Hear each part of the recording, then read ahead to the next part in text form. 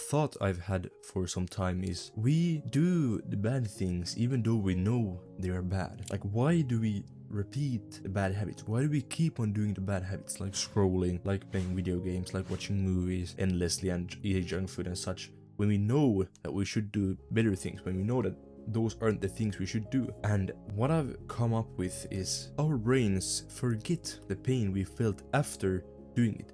It forgets the guilt and shame we felt. And that's kind of a problem, because if you have to feel that pain each time after doing it, and you only realize that you shouldn't have done it after you have done it, then that isn't going to help you not doing it in the future. If you felt the pain that you feel after doing a bad habit, but you feel it before doing it, would you do the bad habit still? I don't think you would, just because there's a reason you feel that pain after doing the bad habit, because you have broken a promise to yourself or to someone else, or you just know it's bad for you. So if you felt that pain before, you wouldn't do it. So in my opinion, we need to somehow try to remember the feelings of pain, shame and guilt after doing a bad habit, so we can improve and use that feeling next time to tell ourselves to, no, I'm not going to do that this time. I'm going to stay away and actually get used to not being or doing that bad habit. Humans have evolved to remember what helps us survive, and that instinct should work today also, to remember the pain and shame and guilt after doing something bad, so we don't do it the next time, so we learn from our mistakes, which is the basic way of learning. So why does it work anymore? Well, it has been hijacked by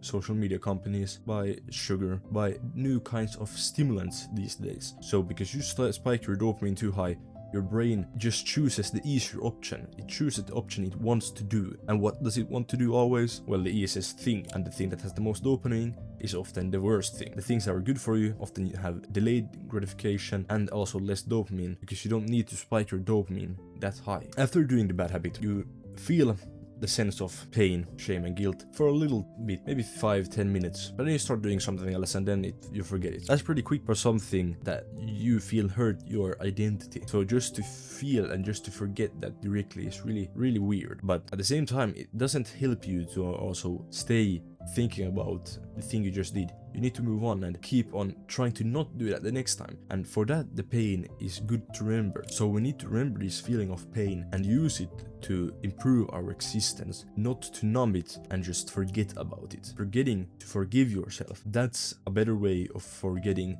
than forgetting as an excuse. Forgetting because you don't want to remember that you did something bad. You don't want to take that responsibility for it. So there are different kinds of forgetting, and you need to reduce the amount of excuses you use. The future is uncertain and has been uncertain for a long time, especially in our primal days. It was really uncertain if we were going to get food the next day, or the next, or the next. So what did you do?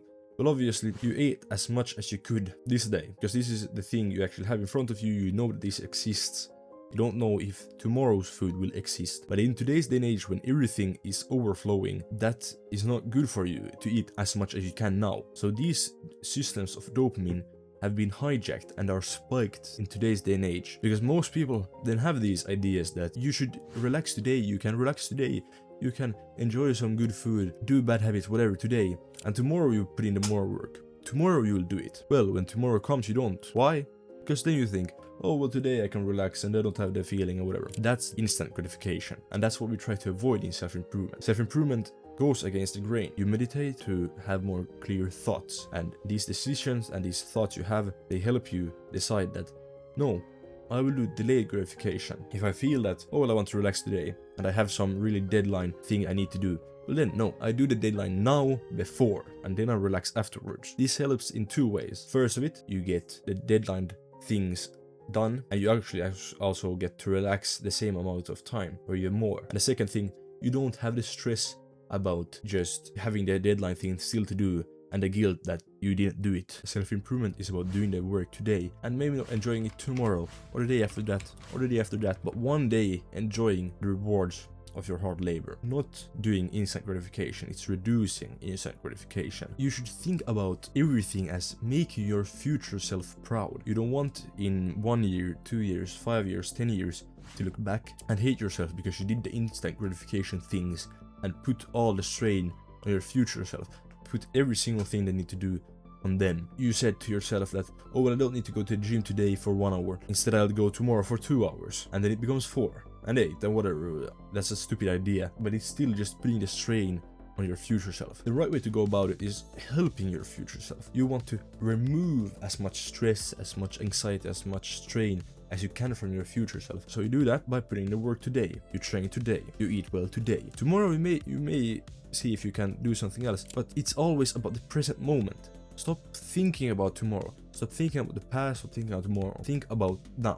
The only moment that exists is now. And this moment is also fleeting. There's always a new moment every single second, but these moments always disappear. You just have to give yourself more options in the future by doing our thing now so you can enjoy later, or work later, or whatever, but you just do the hard thing now. The enjoyment of life, the feeling of gratitude, meditation, reading, the things that you actually want to have in your life, a family, maybe you want to be wealthy, but they all include delayed gratification. Because if there wouldn't be delayed gratification, if there would be instant gratification, that would mean that everyone would do it, and then it wouldn't be anything special. Most people want to indulge in the instant habits that you can do right now, in the instant rewards, but just by you actually doing delayed gratification, by helping your future self, you are setting yourself up for success. That's the foundational principle of self-improvement.